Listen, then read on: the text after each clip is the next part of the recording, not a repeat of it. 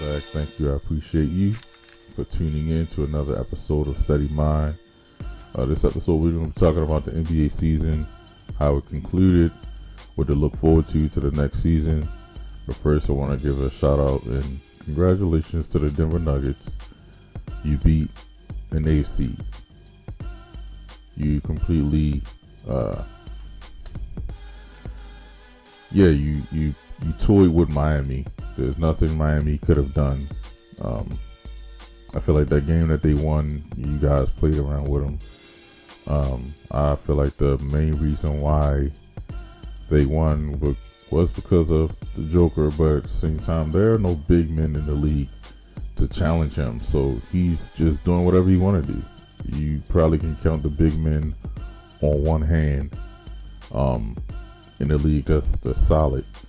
It's not like old school basketball where there was a lot of big men in the league, and this man just did whatever he wanted to do. Bam Adebayo, you couldn't do nothing with him. You double team him, couldn't do nothing with him. Yeah, they had great shooters. Jamal Murray did his thing. Aaron Gordon did his thing as a role player. Michael Porter Jr. did his thing as a role player as well, but Joker basically dominated because there are no big men to stop him, so he can do whatever he want to do. You got a 6'8" guy guarding a 7-foot monster that can pass, shoot, do anything, and everything is in slow motion. So it was kind of unorthodox to see that kind of happen. But that's why I say, in some aspects, I think the game is going to change back to the old format of in and out basketball, because all you see is everybody trying to shoot threes, which is, to me, it's just everybody's not a 3-point shooter. Everybody on your team should not be shooting threes. You should have a guy that's focused on rebounding. You should have a guy that's focused on defense. You should have a floor general that's just focused on getting people in their spots. But that's why I think I think it's going to go back to old school basketball, not as far as the physicality of it, but as far as the big man. So congratulations to the Denver Nuggets. You guys won your first championship. I think it was 50 years. I could be wrong. 51 years, something like that. But we're gonna go through the whole league and just talk about some teams. Well, basically every team and their situation, what they got to deal with during the offseason. I feel like Boston, you disappointed everybody because everybody was rooting for you. You guys need to make up your mind whose team it is. Is it Jason Tatum team? Is it Jaylen Brown team? Who team is it? I think one of those stars have to step up and just be the guy, and the other one has to fall into his role. Because it's like, are you going to score or I'm going to score? And then you don't have a solidified point guard, a floor general that can put you in your spots where you're supposed to be at. And then your bench is solid, but again, you don't have that solidified point guard to get everybody in their spots. You got Marcus Smart, but he's more defensive. He's not an offensive threat, in my opinion. And then I see you guys having him take a lot of last minute shots for you guys, which shouldn't be. You guys need to make up your mind, because all right, you was in the finals 2 years ago. Now you made it to the Eastern Conference Finals. Seems like you guys are taking a step back. But in my opinion, I think one of those two young stars need to step up and say, okay, this is going to be my team. I ain't saying trade you guys away, but one of you stars, y'all have to step up. One of y'all got to step up and say, this is my team, and take over. Next, we're going to go with the Brooklyn Nets. And then another failed season. Y'all just went around in circles with the Paul Pierce, Kevin Garnett, Joe Johnson trade, all that Jason Terry trade back in the day when they was trying to stop LeBron. Y'all just did the same thing with Kyrie and Kevin Durant. Y'all did nothing. Absolutely nothing. You split up a solid Phoenix team. I believe that Phoenix team could have beat Denver if they didn't trade away their assets and their pieces, because they had a solid team. That wasn't a good trade. And then you trade away Kyrie for what's his name? I forget the guy's name. Tip of my tongue. Forget the guy's name. What is his name? I'll think of it in a few. But you trade this guy away. He used to be on the Nets. And you trade him away to Dallas, and then you trade him back. Like, it's like the front office, you guys have no idea what you guys are doing.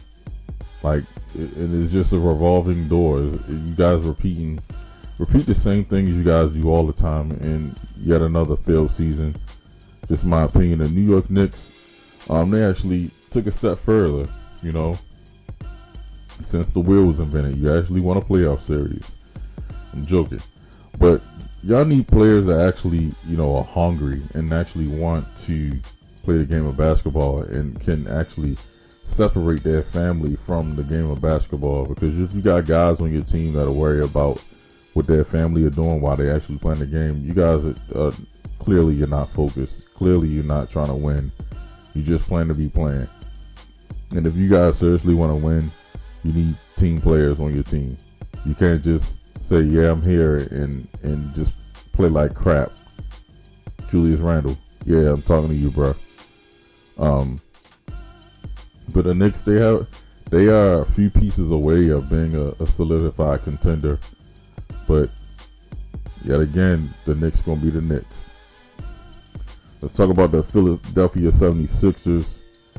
I don't know, and I'm confused on why teams don't realize that James Harden is going to always disappear in the playoffs. I don't know why every time he goes to a new team that they think that he's going to necessarily be this new player. He has a new environment. Oh, he has new players around him. James Harden is going to show up. Man, James Harden ain't been showing up since the Houston days when he first got traded to Houston, when they had a solid team. It was him. I believe it was him, Patrick Beverly, Chandler Parsons, Dwight Howard, Trevor Ariza. It was some other players. They had a solid team.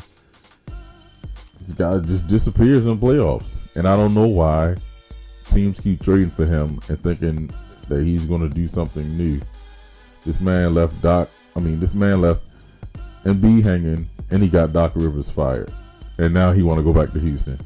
And I don't understand why you have Tobias Harris anyway. Tobias Harris is a joke. He doesn't show up as well. And when I say a player is a joke, I'm not saying they're a bum. I'm saying to NBA standards, looking at NBA basketball players, this guy doesn't show up. Tobias Harris does not show up. James Harden does not show up. That's just my opinion. The next team we're gonna talk about, Toronto Raptors. If they still exist, just wondering what's going on up there. I know Fred VanVleet just became a free agent, and he's seeking to go to a contender or lead a team. I don't think he's that good of a point guard, but he could be a good backup. He could be on the team up in the right, that's just trying to make a little bit of noise, that already got, a few stars on the team. But other than that, I don't see the Pascal Siakam is still there. That's about it. I knew once Kawhi left that team, that if they didn't win that championship, there was going to be non-existent. Like, that team is got a few young players, but you need a whole complete team to necessarily compete. Next, we're going to talk about the Chicago Bulls. And this was actually my sleeper team in the East. They got a solid squad. And I think this year they really missed Lonzo. They really missed that defensive point guard. They got Zach LaVine. They got DeMar DeRozan. I mean, they should have beat. They should have went further than they went. I just think they missed Lonzo's defensive presence. And I don't know the backstory on what's going on with Lonzo, but it doesn't look good. This is going to be, his rehab didn't go well, and he had to have another surgery, I believe, on his knee because of swelling. So prayers go up to Lonzo. Hope he has a speedy recovery and see him back on the court, because I actually like him as he's a solid point guard. And he's better than a lot of these point guards out here now, just to be honest with you. The Cleveland Cavaliers, they're headed in the right direction. They're headed in the right direction. They actually made some noise. You know, Darius Garland and Donovan Mitchell. Those boys can ball. Those boys can ball. But I just think they're missing. They're missing that defensive presence. Nobody plays defense anymore. They just like, all right, you score, I'm gonna score. You score, I'm gonna score.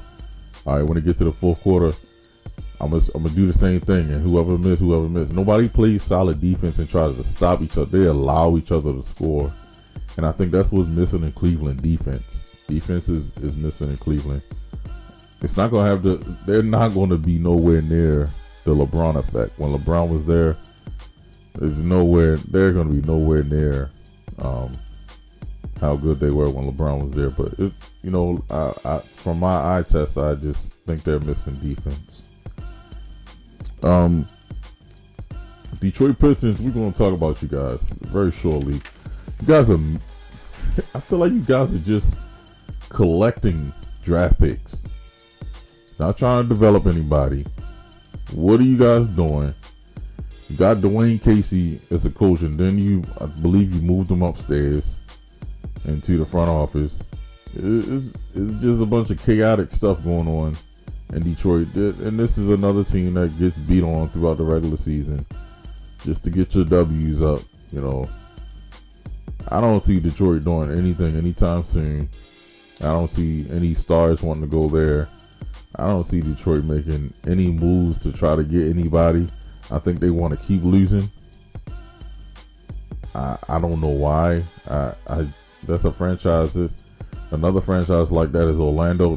It's confusing. Like, you guys just want to keep losing for what? I don't even see trying. I don't even see you guys trying to even make a move. The Indiana Pacers, I see you guys have a lot of young talent, but I believe you got the wrong coach. You guys should be, in my opinion, you guys should be further than where you are as far as development and your players, skill-wise. But I don't think Rick Carlisle is a good coach. I don't think he's a good coach. How long he was in Dallas and he only won one title? Just my opinion. I don't think Rick Carlisle. He's a good he's a good assistant coach, but like far as offensive minded, he's not that good. I mean, the teams he had speak for itself. The Milwaukee Bucks, you guys were a huge disappointment. And like I said before, Miami is your kryptonite. Miami figures you guys, every time y'all play Miami in the playoffs, you lose. I don't know what it is about Miami. Miami seems to figure you guys out every single time. You got embarrassed in a bubble. I believe Miami beat y'all again And then Miami did it again as an 8th seed. That's embarrassing, but I understand. You know, you miss PJ Tucker. You miss Chris Middleton. He wasn't fully 100%. But at the same time, the expectations were so high because the hype around Giannis is to consistently win all the time. But, you know, that team should, in my opinion, that team should have went further. They should have just got rid of Miami. But for some reason, Miami just keeps beating y'all for some odd reason. Atlanta Hawks, when are y'all going to stop firing these coaches and start holding these players accountable? Because it seems like y'all just open the door for new coaches to come in, and then once they're not doing something that y'all want as far as management, y'all fire them. Let's look at the realness of it. It's the players. If the players don't perform well, when do we hold players accountable? But I think in today's, even the sports industry, if you're not performing as well, they blame the coach. But I don't think it's necessarily the coach. I think it's you gotta have a love for the sport that you playing, and you gotta actually have the teammates that have the same mindset as you. You can't have teammates that's just in it for the money, and you can't have teammates that's trying to die for the cause. You're not going to win anything. You're going to keep losing, just like Atlanta. Atlanta is going to keep losing. It ain't because Trae Young is too small. It has nothing to do with that. That man is scoring on anybody he feel like scoring on. But again, I don't own the franchise, so this is just my opinion. I just think y'all just too trigger happy with firing coaches. Far as the Charlotte Hornets, this is my sleeper team for this year coming up. I think this team can run with the best of them. They can score with the best of them. But yet again, just like the Cleveland Cavaliers, Charlotte has no defense. They have absolutely no defense. And the squad is talented. You know, they're hyped. They love the game. You can see it every time they play. But yet again, these teams that can score, they lack a lot of defense. They don't play defense. Like I spoke about Orlando earlier. Orlando is not good. Orlando won't be good anytime in the future. Every time Orlando gets a good player, they trade him away. It's not the coaching. I believe it's the front office of Orlando. Y'all win 2 games and get pumped like y'all won 3 back-to-back championships. I don't see this franchise winning. Just like Detroit is another franchise that you can just beat on through the regular season. Let your stars have a rest night when you play Orlando, because they're not that good. Let's talk about the Washington Wizards. And I wish you guys will let my guy Bradley Beal go to a contender, man. Like it's so many contenders he can go to. Is the Lakers, Miami, Philly, the Bucks, the Pelicans, or even Phoenix. And from ESPN reports that I was reading, the GM of the Washington Wizards has the green light from the ownership to clear house, so they can trade whoever they want. They can trade whoever they feel like trading. And I believe Bradley Beal is wasting away his career in Washington because they're not trying to do anything. Washington is not trying to win. They're not trying to do anything at all. I say just start over. Get that man a fresh start. See where he wants to go, because I think he has a player option of where he wants to be traded. Get that man his due. Let him go. Just let him go do his thing, and don't hold him hostage for your sake.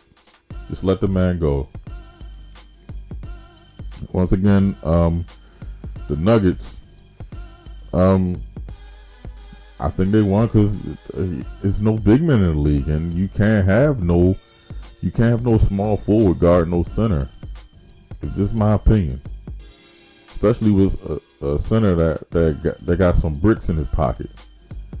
Like these guys are.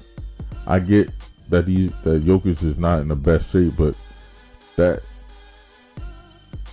guy is doing damage on people, and he's making it look. If you look at his highlights, look who's trying to block his shots. Like it's these little guys trying to block his. You're not doing. Well, Jimmy Butler, why are you guarding Jokic?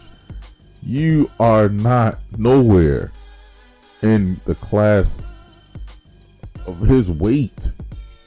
This man is backing you down with ease. Playing. They played this whole. I ain't gonna say this finals was boring, but they played with y'all, and I think just to keep it interesting, they let y'all get a game. That's just my opinion. The Minnesota Timberwolves, again, another laughable franchise. You guys traded away your future for Rudy Gobert to do what? To clog the middle of your offense. You got Cat, you got Ant-Man. Like, you just build around those two. But you guys went out and wasted all them draft picks on Rudy Gobert. And he has no offensive game. None. He has the offensive game of a blind man. He no footwork, no nothing. He does what he want to do. Solid on defense. That's because he's just big. But other than that, man, he's not that good. He's not that guy. Just my opinion. He's not that guy. We're gonna talk about OKC. That's another sleeper team of mine. OKC, Chad Holmgren. Am I saying his name right? And you got the point guard. What is my guy's name? Oh my God.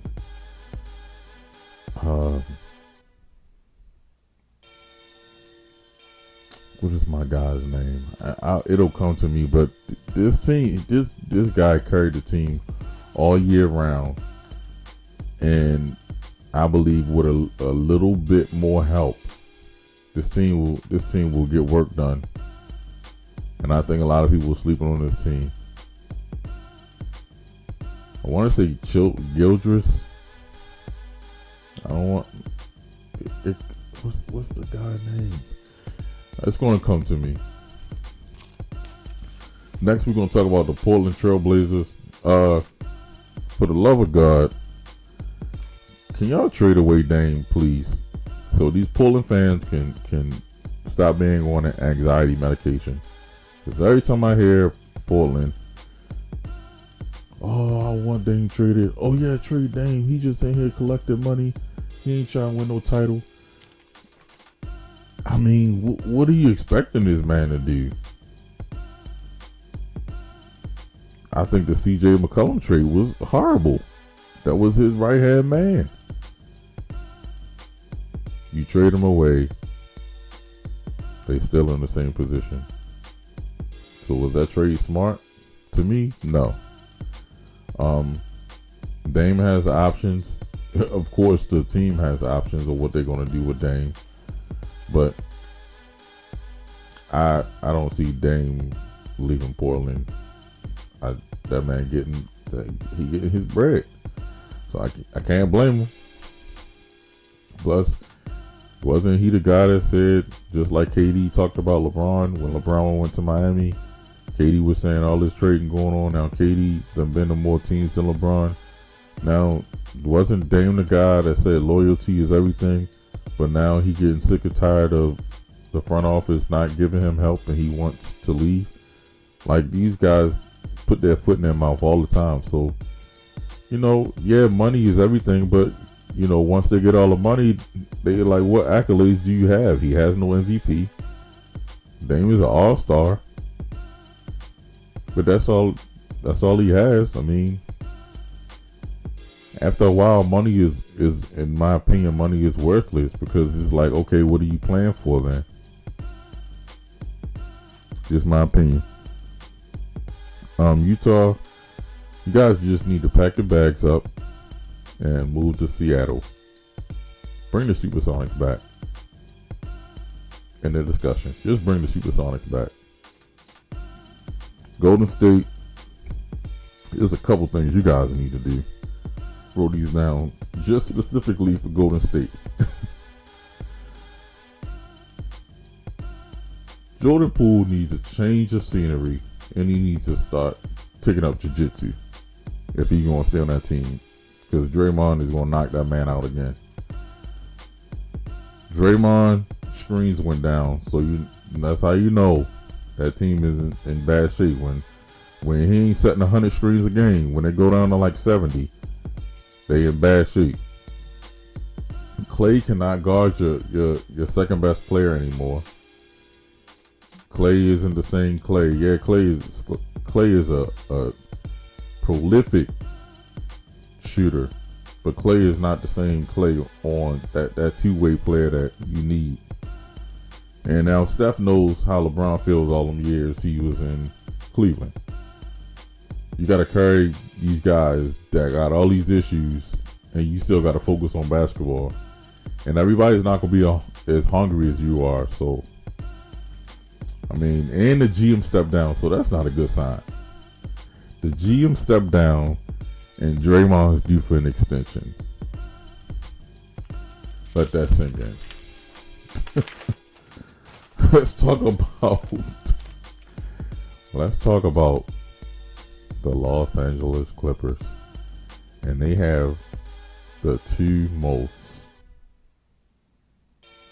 experienced thieves in the world that rob you in broad daylight. And I'm talking about no other than Kawhi and Paul George. They must have trained with the mafia, because there ain't no way these guys are taking turns getting injured.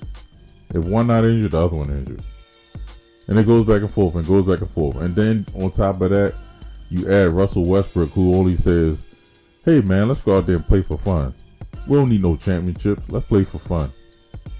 But then this is the same guy that cried in the interview and said, "If the Lakers win a title this year, I deserve a ring too."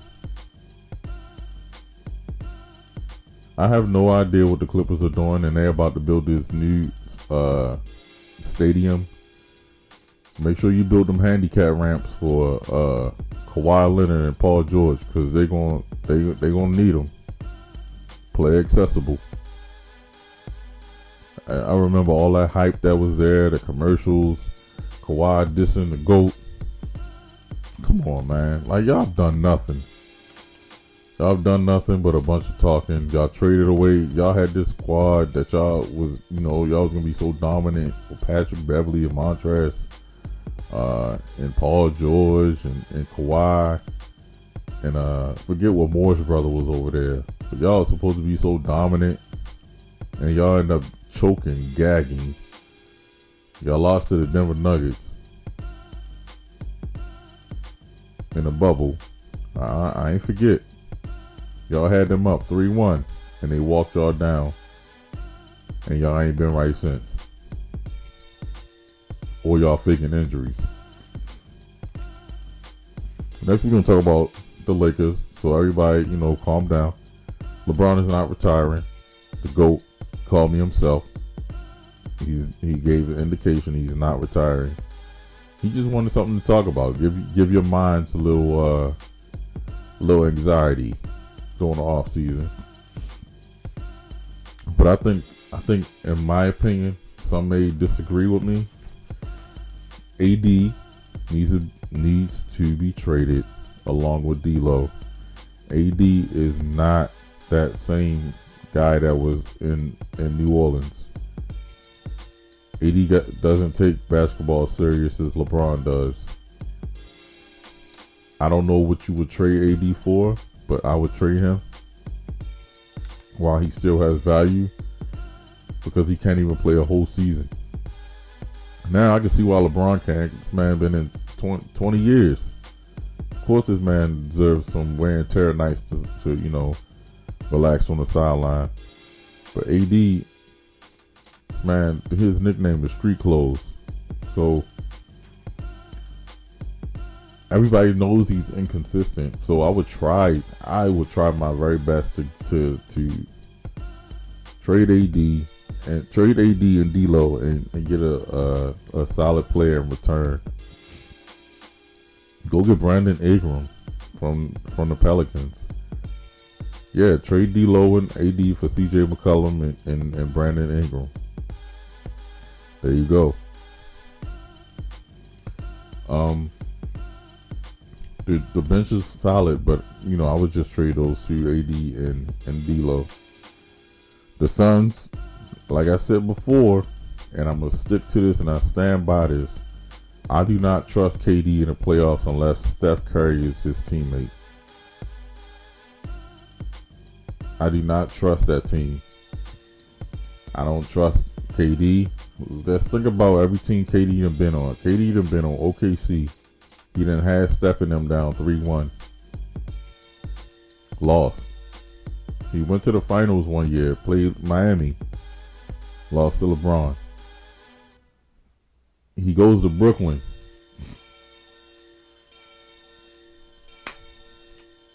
Lose with Kyrie.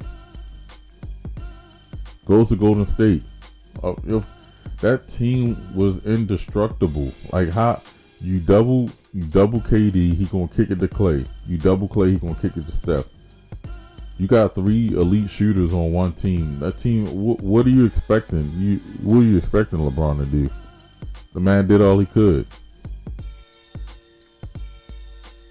But like I said, you put KD on a squad that's not connected to Steph. He can't win. He blame everybody else. I just don't trust him. And yet again, this is another destination, Phoenix. Look, they ain't got enough money for Chris Paul. Now Chris Paul gotta go. Chris Paul, the one that made Phoenix relevant again. That team wasn't doing nothing until Chris Paul got there. Absolutely nothing. Devin Booker was scoring a lot of points, but they wasn't doing anything. And let's not forget, this robot of a clogging machine, call him the garbage disposal, DeAndre Ayton. He does nothing. There's a clip on YouTube if you want to go check it out. He is standing behind the backboard trying to get a rebound and just looking like a little kid. Go check it out. I'll lie to you not. He's standing behind the backboard, not in front trying to grab a rebound, but behind the backboard, just standing there acting like he's gonna get a rebound, and he's not even trying. But that's enough with Phoenix. Let's talk about Sacramento. And I think this is another sleeper team. They made some noise this year. I think that the only thing in Sacramento was lacking is experience. If Sacramento had a solid veteran that can score and calm them down, I believe they could have beat Golden State. I wholeheartedly think they could have beat Golden State this year. But the lack of discipline that they had, they have a good coach in Mike Brown, but the lack of discipline in that team, that's how they lost. They was going shot for shot. You can't do that with Golden State. And once again, you gotta play defense. You gotta stop them, then you score. Dallas, what are you doing? You traded for Kyrie. Kyrie and Luka are basically the same player. Kyrie is just a faster version of Luka. They both have an insane ball handling skills. They both can score on whoever they want. But that's who it was, Spencer Dinwiddie. They traded Spencer Dinwiddie away and brought him back to Brooklyn. That made no sense. Spencer Dinwiddie, that team, they was getting work done when he was in Dallas. Him and Luka, they played off each other great. But I'm not sure what the Dallas Mavericks are doing. I think they just brought Kyrie there to fill seats. I don't think they brought Kyrie there to actually try to win anything. The Houston Rockets, I heard James Harden's trying to come back, so that's a definite big L. You got young stars like Kenyon Martin Jr., Jalen Green, Jabari Smith Jr. You can't have James Harden as your veteran presence there, because you'll never win. I promise you'll never win. That's a failure before even, that's a fire before even any lighter fluid hit it. I would not bring James Harden back to be a veteran to my young squad at all. Because he teaches you and he shows you when times get hard. I'm ready to bounce, man. I ain't even for this. And you gotta have patience when you building a young squad, because you're gonna have ups and downs. You know what I'm saying? Especially when you have a talented team. James Harden will be a horrible fit for that team. The Memphis Grizzlies, you guys are wasting Jaren Jackson's ability. You need to trade him away because that team is a mess. You got Parade inside my city. Ja Morant. You got Dylan Brooks. Like, I get it. You made it to the league. Congratulations, man. You made an accomplishment that a lot of guys are still out here dreaming. But you messed that up, man. Like, you can't be going at people's neck, and you're not built like that. You can't back it up with your game. Like, you gotta be out here putting in work. Like, you can't go out here and say, I'm shutting LeBron down, and the whole team beat you by 40. Or you shut LeBron down, he come down bang on you. Or I don't understand. You say you shut LeBron down, but you 1 for 20. And then your clips go viral of you shooting before the game. And you bricking everything. Like, bruh, come on, man. Like, sometimes it's good as a role player making your 20, 30 million, making your 10 million a season. Sometimes it's good to just keep your mouth shut, man. Make your bread and keep it moving. You trash talk within the game, but after the game, when those reporters get you alone by yourself, and you start feeling yourself, and you start feeding into that bait that they giving you, and you start saying crazy stuff, everybody put a highlight on you. So all them stars know to come at your neck. And they're going to compare your I remember they compared LeBron's stats to yours. Yours says 0. LeBron had, like, I don't know how many 40-point games, and yours said 0. And they put up LeBron career points, 38,000 and some change, and yours is like 1,600. They put up LeBron. They just went ham on this, man. You know how ESPN sometimes be doing too much. Yeah, I think LeBron is a GOAT, but I think ESPN sometimes be going overboard, like with the stats. Like, yo, chill on that, man. Let's talk about New Orleans. I spoke about them earlier, and if I'm the Pelicans, I'm Zion, bro. This your make it or break season. You gotta come out here and ball out. Leave them Twinkies alone, man. Leave them 6-pack of beers alone. Leave the girls alone. You letting yourself go, man. That's why your legs are so weak. Your knees bad. That's crazy, man. You can be the face of the league, but you choose to be a dummy, man. Like, these girls don't want nothing from you but your bread, bro. Like, I don't get it. And it's bad because your team is winning without you. So that's the indication, like, hey, I can get rid of this guy and my squad will still be solid, and then I can add an additional piece to this team to help my team win and get rid of a problem.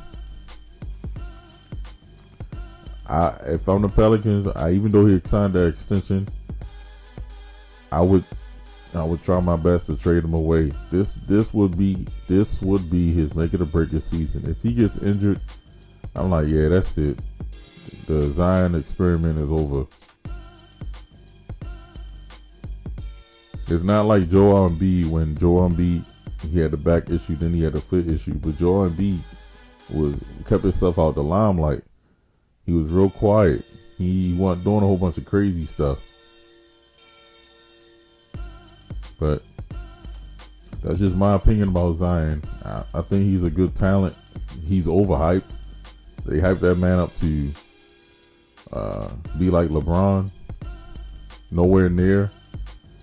But he's more of a Sean Kemp. But Sean Kemp was way more, in my opinion, way more athletic and way more in shape. But last but not least, my team, the Spurs. I'm so glad you guys got the number 1 pick. We're probably 4 or 5 years away from being a contender. We got the guy, I can't pronounce his name, Wayembe. He's from Paris, I believe. The same place Tony Parker. And you know the Spurs are known for drafting great international talent. So, I mean, the future is bright. I expect a couple more losing seasons. I expect the guy to do his thing. I expect them to draft well as they do. But that's about it. And that shows me that, you know, how loyal I am as a fan of my sports teams. Win, lose, or draw, I'm a Spurs fan, ride or die. Of course, LeBron is my favorite player currently, but Tim Duncan will always be my guy. It's just this NBA season was, to me, it ended boring. It wasn't exciting. Yeah, the Denver Nuggets. Of course, if you're a blind man, can see the Denver Nuggets were years ahead of Miami. I don't think Jimmy Butler's that guy. He's good, but he's not that guy that's going to take you over the hump. It's more so that team collectively got heart, and that's what it is. But you eventually you need some type of talent with that heart. But I appreciate you guys, everybody that's been tuning in and been commenting on my shows. I really thank you and I appreciate you. It means a lot. And I just want to shout out, you know, everybody that's been, you know, watching my shows and giving me feedback. It means more than you know. Thank you. This will conclude this episode, and I'll see you in the next one. Peace.